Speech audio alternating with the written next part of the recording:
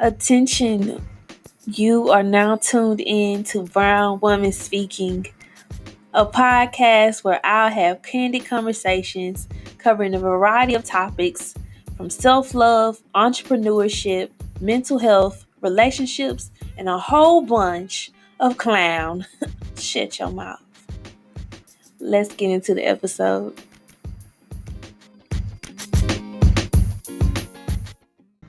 So, what's up, folks? Welcome to the podcast. Okay, this is episode 1 of many. I plan to give a weekend recap, but I realized quickly that my weekends are pretty boring. Okay, considering we on quarantine, I ain't doing nothing. The highlight of my weekend was my uncle looking so hot that I just saw his electrolytes just falling from his skin. Then had the nerve to drink Jack Daniel's Tennessee Honey with no ice in the Coke. Sir, you need some water. Get this man some milk. Other than that, I ain't do nothing. So I don't even think the whole weekend recap is going to work for me personally. Personally, it's not going to work for me. So we're going to go ahead and get into it. So, whoo child, this is where we discuss all things pop culture. Because, baby, we got to get into this social media junk. So, I don't know which one I want to do first. I think I'm going to save that for last. Okay. So, on Friday, Mike Henry announced that he will no longer play Cleveland on Family Guy. Mike. Come here, listen to me. You are Cleveland, sir. You are Cleveland.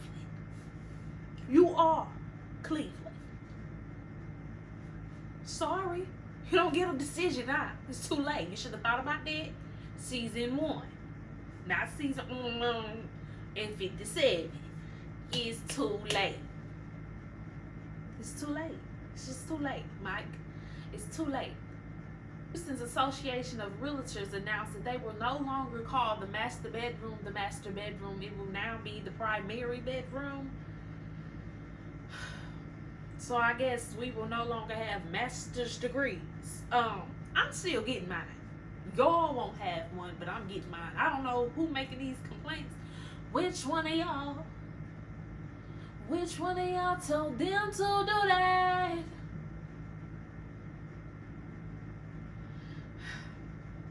Drew Brees also decided that he will be listening to more rap music, but the clean version. Drew, I have to listen to the whole thing all the way through. Don't be trying to skip over the N-word. That's what you need to work on, okay? You need to work on hearing it and then passing it through. That's what you need to work on. Don't listen to the clean version. We get off of that. Off of them doing everything we did not ask them to do. Breonna Taylor's killers are still at large. But baby, let's get into some true tea. August Alsina went on his interview with Angela Yee, and baby, he spilled the tea, okay? The true tea was said he had a conversation with Will, and Will gave him permission to date Jada. Jada said, I didn't do that. Jada. I don't know. If 2 and 2 is 5, if 5 is 5 is 10. I don't know, Jada. Matt, we waiting on your red table talk. Will said he did not give him permission to have an affair with his wife. The thing is, Will, and I love you, but sometimes people are in open marriages and they just not talking about it. See, Jada knew she was in an open marriage.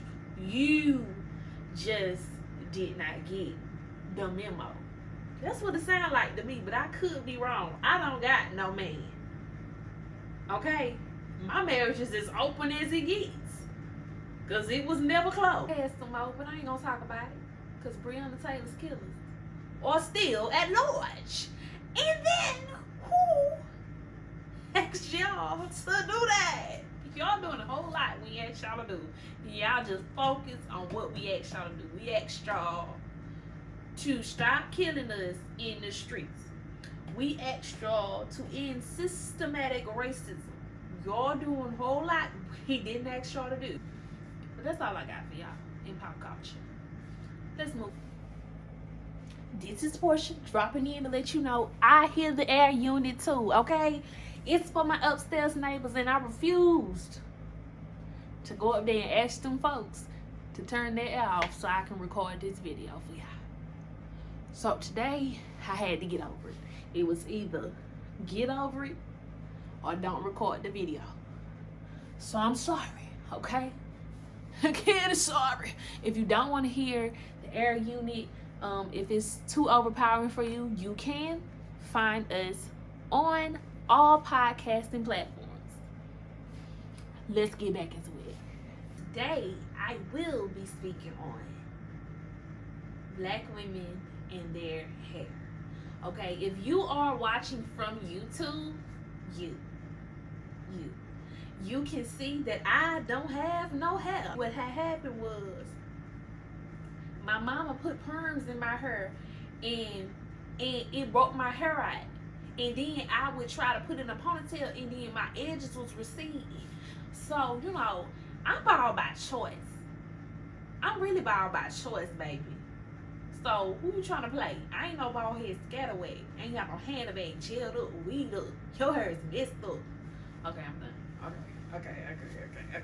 Will it back, Portia? Will it back? But seriously, I wanted to come on here and talk about Black women and their hair and about how culture has influenced our hair and our identity. As we know, or if you don't know, before the Emancipation Proclamation, Black women slaves were made to wear head wraps to cover their hair so that they won't basically be attractive or won't call attention to themselves. Well, I feel as though that narrative began to pass down from generation to generation, saying that our hair was not something to be viewed, something to be valued. And let's just face it, white America, white men in particular, saw our hair as unkept, and therefore it began to resonate in the Black community that certain hair with certain hair textures were better than others. So that we tried to straighten our hairs and perm our hair and wear our hair a certain way so that we can conform to this certain narrative that somebody put in place for us. So along the way, Black women began to take on the identity of what society told them they needed to look like. And with that comes so much burden. I know for me personally, it was just so much. Like, every day I gotta get up, I gotta worry about how my hair look. All day I gotta worry about how my hair look. I gotta make sure my hair a certain way. And so many women, they don't even want to wear their natural hair texture because their hair is nappy, which, what is that? What is that? Your mama, on period. And it's just, hair has become an insecurity, and then you take on that identity. It's just so many identities that you can take on because of your hair. We know when we change our hair, so you put on a wig, you put on your braids, when you change your hair, you kind of take on a new identity. You feel like a new person. But what is it when you never really wore yours? You never identified yourself. You always are another person. So, but I think that as black women, we should begin to embrace our natural hair more, or just so we can figure out our own identity. Because no, we are not our hair, but when you take control of how you wear your hair and just how you specifically cater to your hair and what makes you feel good without having to wear a weave, without, and not that weaves are bad. Where I feel that it becomes a problem is when we no longer, or we don't know who we are behind the wig, when we've lost sight of ourselves, when we are not happy with what we possess on our own. And it's not completely our fault though. That's it. Like I said, this has been going on for generations and generations and generations. Our grandparents and our parents, they were taught to perm their hair or straighten their hair. Madam C.J. Walker created the pressing comb, which is still alive and well today. It's not until recently that black women have started to truly embrace their hair, what their identity truly is. And all of us don't have to look the same. All of us don't have to have 3A hair. We don't. We don't always have to have 3A hair. And because you have a coarser texture hair doesn't mean that your hair is on the bad side of the spectrum. It just means that that is the identity that you have been given. It's absolutely nothing wrong with your hair. For me personally, my journey was, my hair was permed from a young age. Again, that's what my mom knew to do with my hair. My hair was permed for a young age, and I wore a perm up until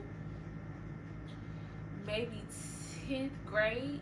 Before that, I started cutting my hair. So I cut my hair, and you know, when Carrie Houston came out and she had the cut, okay, if you're just solely listening, you cannot see my arms, but if you're watching on YouTube, you know the cut Carrie Houston had when she first came out. It was the bob, no, it was shoulder length, and she had the bangs that like framed her face. I'm like, mama, that's what I need. I need that right there. You know, like, that was a cute hairstyle. And again, we take on the identity of our hair, of, you know, others, when we don't truly know the identity of ourselves. So I rocked that, and then I wanted to change it again. It was like, as I began to figure myself out, I wanted to change my hair more and more. So then I got a pixie cut. Then I grew that out. Then I got a pixie cut again.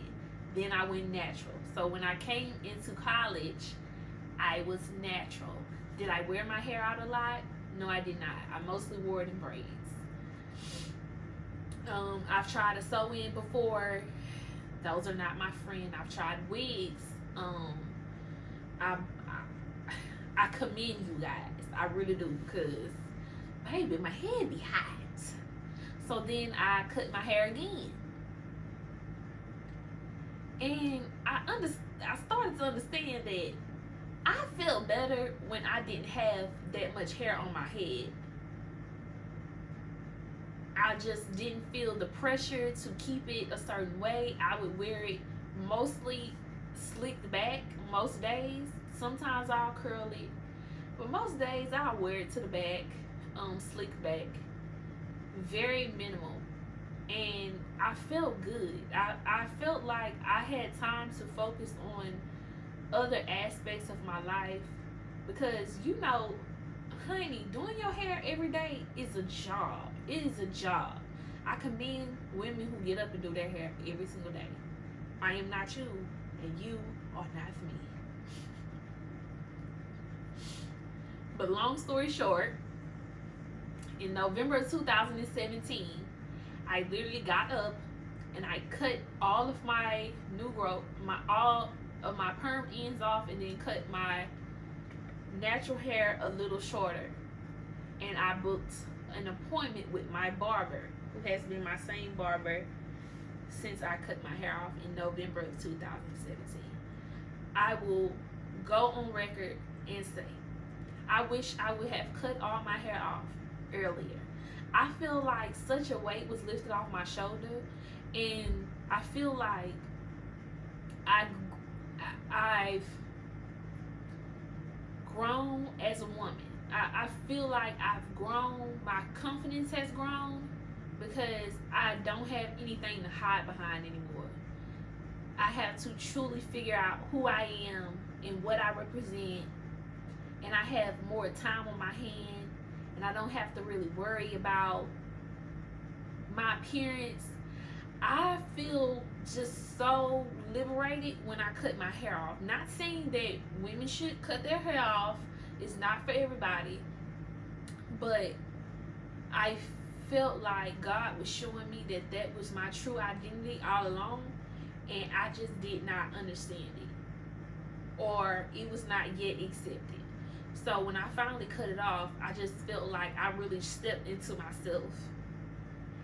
And it just has been an awesome journey. Do I plan on growing my hair back? Absolutely not.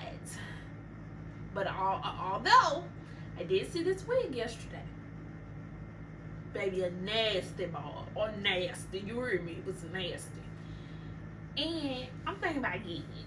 I don't know if I'm a wig, but I'm thinking about getting it. Okay, so if you see the girl swinging and clanking, no, that's her. That's her. I might have another name that day, but it's me. It's still me. Little old me, back from Harry. But yes, I don't plan on growing my hair back because I just feel so just liberated. Like, seriously, I have masculine qualities that for a long time I tried to suppress, or I didn't want to, let loose in fear of how people would judge me or perceive me. And after I cut my hair off, I don't care. I don't care. I don't care. Most of the time, I don't care. Okay? I don't want to sit cute all the time. I just don't. I don't want to put on makeup all the time. I just don't. I can't look like somebody too many days in a row. This makeup, this is just for today. I'm just letting y'all know. So it was so much, even though it's something as simple as hair. And I know that many women that are listening to this, maybe you've had issues with your hair. My mom is actually a hairstylist, and she has had issues with her hair. We have had people, naturally, human beings are going to have issues with their hair. Me still being bald headed, I have issues with my hair sometimes, but stepping into my true identity, stepping into your true identity is what I want to encourage Black women to do. Okay? If you're wearing a wig because you don't know how to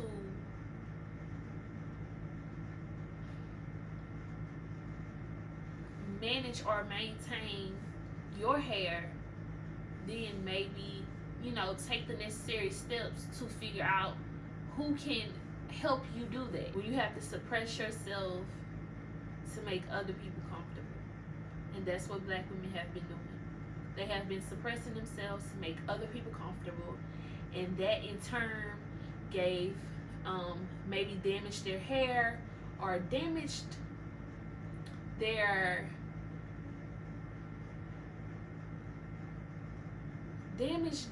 what do I want to say?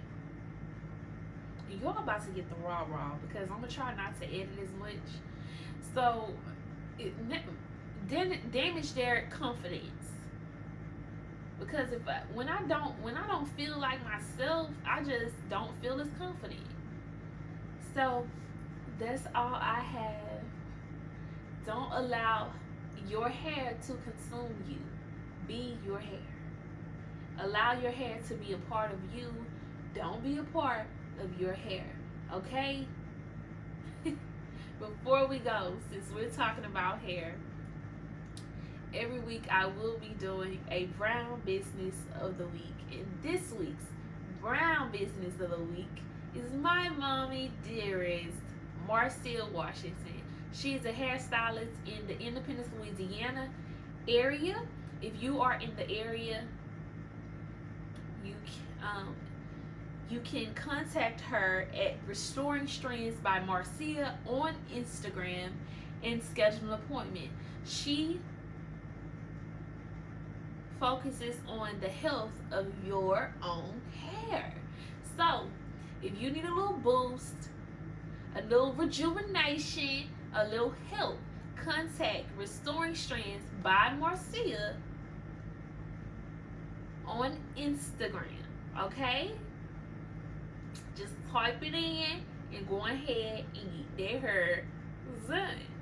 But that's all I have for you guys this week. I hope you enjoy the podcast. I will be dropping a new podcast every week. You can find us at Brown Woman Speaking on YouTube, Instagram, and anywhere you get podcasts. Come back next week, guys, so we can talk about some more clown shit your mouth.